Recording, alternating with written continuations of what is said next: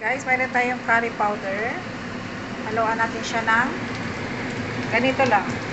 Baka kasi lalong maanghang. Lagyan ko na kasi ng chili yan. Yan. Haluan ko na siya ng chili, yung onions. Kaganina pag blend. Hinalo ko lahat. Makikita niyo yan guys. Sobrang yummy.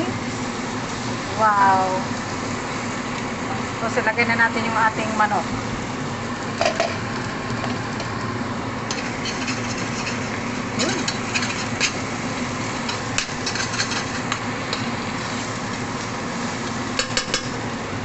Hinaan natin, hinaan kasi sobrang lakas.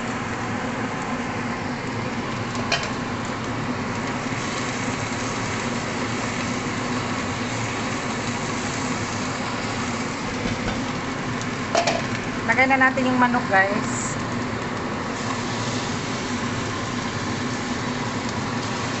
Chicken curry for today. Oh, look at that.